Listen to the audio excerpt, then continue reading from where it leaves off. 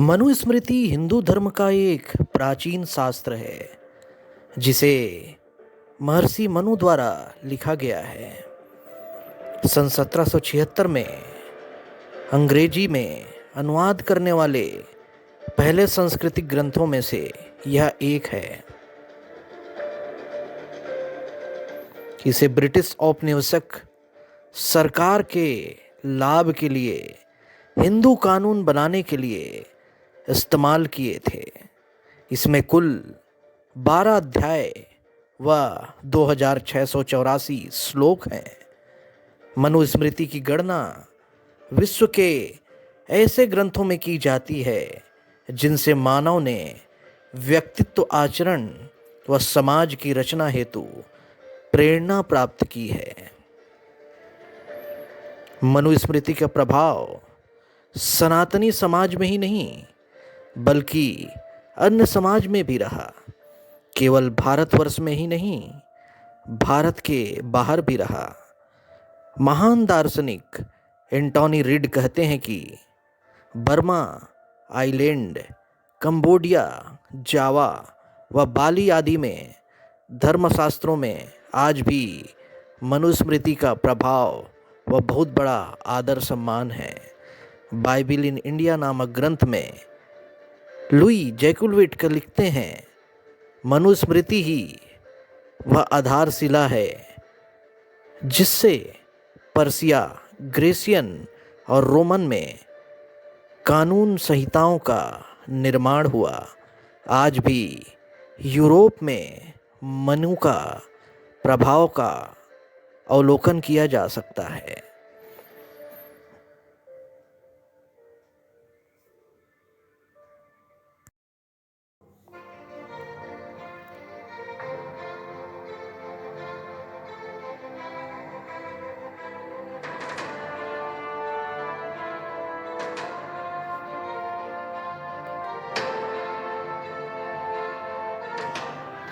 महर्षि मनु के अनुसार मनुष्य के गुण उसके कर्म व स्वभाव पर आधारित होते हैं।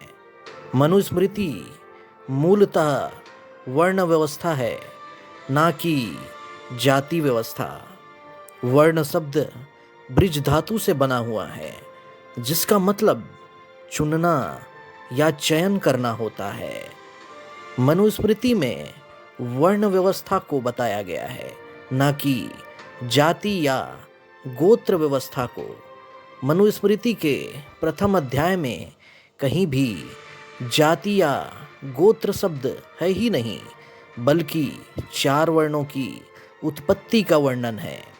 मनुस्मृति के अनुसार कर्म के अनुसार वर्ण तय होते हैं, गोत्र के अनुसार नहीं।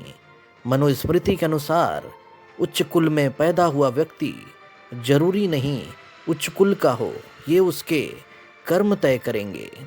मनुस्मृति के अनुसार सनातन धर्म को मूलतः 4 वर्ण में विभाजित किया गया है: ब्राह्मण, क्षत्रिय, वैश्य व शूद्र। जो अपने ब्रह्म ज्ञान से समाज को सुशोभित करता है, समाज को प्रकाश देता है, वह ब्राह्मण कहलाता है। जो अपने शौर्य से, बल से समाज की रक्षा करता है, वह क्षत्रिय कहलाता है। जो समाज की अर्थव्यवस्था का संचालन करे, व्यापार करे, लोगों को समृद्ध बनाए, वह वैश्य कहलाता है। जो समाज में सेवा भाव करे, सेवा का दान करे, श्रम का दान करे, वह शूद्र कहलाता है। मूलतः यह आध्यात्मिक दृष्टि से मूलाधार चक्र से शुरू होकर ब्रह्मरंध्र तक जाने की प्रक्रिया है। अलग अलग वर्ण में अलग अलग चक्र काम करते हैं तथा अलग अलग वर्ण अलग अलग चक्रों से संचालित होता है। मनुस्मृति के अनुसार अच्छे कर्म से शूद्र भी ब्राह्मण बन सकता है, वह ब्राह्मण जैसा सम्मान पा सकता है। जबकि ब्राह्मण भी अगर कोई बुरा कर्म करे तो कभी भी शूद्र बन सकता है।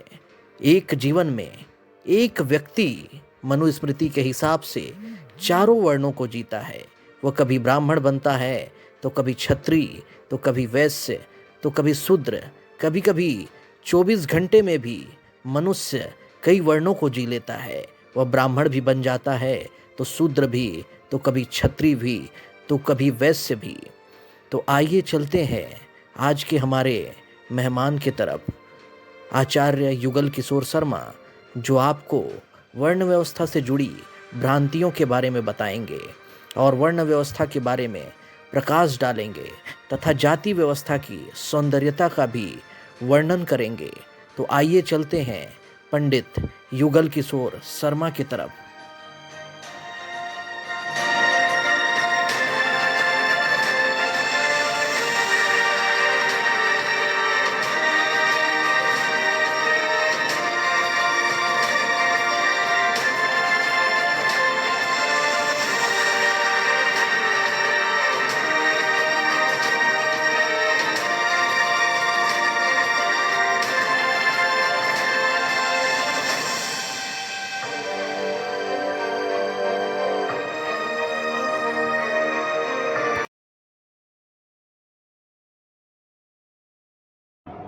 आप सभी को अनंत जय श्री कृष्ण। मैं आचार्य युगल किशोर शर्मा गुरुकुल के इस कालखंड में आप सभी प्रभु मूर्ति का स्वागत करता हूं, अभिनंदन करता हूं। बंधुओं, पिछले वीडियो में हमने गीता के आज के समय में उपयोगिता, हिंदू धर्म की उत्पत्ति, उसकी विशेषता, उसकी बनावट और उसके गुण धर्म के बारे में चर्चा की। आज बड़े ही महत्वपूर्ण विषय को लेकर मैं आप सभी प्रभु मूर्ति के समक्ष उपस्थित हुआ हूँ। आज हम वर्ण व्यवस्था के बारे में चर्चा करेंगे। वास्तव में वर्ण व्यवस्था को जानने से पहले हमें जानना होगा कि हिंदू क्या है, हिंदुत्व क्या है। तो आइए हम बड़े संक्षिप्त में समझ लें कि इस पूरी सृष्टि में यदि सबसे उत्तम और उत्कृष्ट कोई कृति है तो वो मानव है। और उस मानव को सुंदर बनाने की, उस मानव को सुव्यवस्थित बनाने की, भद्र बनाने की यदि कोई युति है, कोई कृति है, तो वो हिंदू है। उस मानव को व्यवस्थित करके, उस मानव में भद्रता लाके, मानवता लाकर उसे समाज में उपस्थित किया जाता है, समाज का निर्माण किया जाता है। और इसीलिए वर्ण व्यवस्था सनातनी व्यवस्था है, वो निर्दोष है, इसमें कोई दोष नहीं। बस दोष तो उनकी मानसिकता में है, भेद कुछ नहीं। भेद तो उन लोगों की दृष्टि में है जिन्होंने वर्ण व्यवस्था को बदनाम किया जाति व्यवस्था बोलकर। वास्तव में कृष्ण ने गीता में भी अर्जुन को कहा कि वर्ण व्यवस्था कोई जाति व्यवस्था नहीं, केवल एक वर्ग व्यवस्था है। जी हाँ प्रिय मित्रों, जातियां तो सनातनी सौंदर्य है, इसमें कोई भेद दृष्टि ना रखें। जातियां ना होती तो समाज में सौंदर्य ना होता। और इसका कोई लेना देना नहीं कि जात पैदा होते ही कोई ब्राह्मण है, पैदा होने से ही कोई क्षत्रिय है, कोई वैश्य है, कोई शूद्र है। जी हाँ, ये तो केवल वर्ग की व्यवस्था है, ये तो कार्य की व्यवस्था है, ये तो अपने अपने अपने अपने कर्म की व्यवस्था है। और इसीलिए तो पुराण पुरुष के अंगों से इस वर्ण का निर्धारण किया गया, अलग अलग गुण धर्मों से इस वर्ण का निर्धारण किया गया। पुरुष सूत्र में इसका प्रमाण मिलता है कि ब्राह्मणस्य मुखमासिद बाहुराजन्य कृतः उरु तदस्य जद्वैश्य पदभ्यागु शूद्रो अजायत।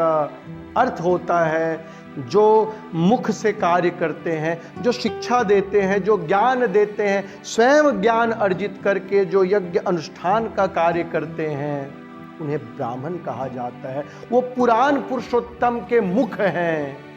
जो समाज में कभी कोई कष्ट आ जाए, समाज में कोई विपत्ति आ जाए, आपत्ति आ जाए, तो अपने शौर्य का प्रदर्शन करके हथियार उठाते हैं और समाज को सुरक्षित करते हैं, वो क्षत्रिय हैं।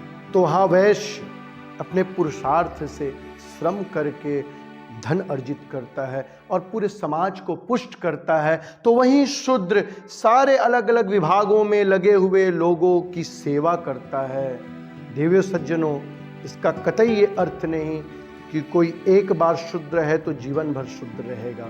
हमारे सनातन परंपरा में अनेकों ऐसे उदाहरण हैं जहाँ पर विश्वामित्र जी क्षत्रिय थे, कर्म किया उन्होंने, ब्रह्मर्षि बन गए। कि अजामिल जैसा उच्च कोटि का भी ब्राह्मण है, एक बार दृष्टि में दोष आया, नजर हटी, दुर्घटना घटी, आज एक पांडित्य के पदवी से उतरकर जो सदैव स्मार्त और स्रोत कार्य में निपुण रहता था, इतना गिर गया कि वो शूद्र की श्रेणी में आ गया। ऐसा प्रत्येक व्यक्ति जो ज्ञान अर्जित करता है और समाज में ज्ञान बांटता है, वो ब्राह्मण वर्ण का है। ऐसा प्रत्येक व्यक्ति जो अपने शौर्य का प्रदर्शन कर समाज को सुरक्षित करने का कार्य करता है, वो क्षत्रिय की श्रेणी में है। वो व्यक्ति जो व्यवसाय करके पूरे समाज को पुष्ट करता है, वो वैश्य की श्रेणी में है। और प्रत्येक वो हमारे बंधु जो तीनों वर्गों की सेवा में लगा रहता है, वो शूद्र की श्रेणी में है, जो आपस में अपने कर्मों के हिसाब से उलट पलट हो सकते हैं। ये हम सबका दुर्भाग्य है कि हमने भेद को विध्वंसक बना दिया है, जबकि भेद की अभिव्यक्ति ही तो सृष्टि का निर्माण है। भेद की अभिव्यक्ति का प्रायोजन ही होता है कि उसका सदुपयोग करके निर्भेद परमात्मा में हम सब लीन हो जाए। प्रिय बंधुओं, इस देह में भी भेद है।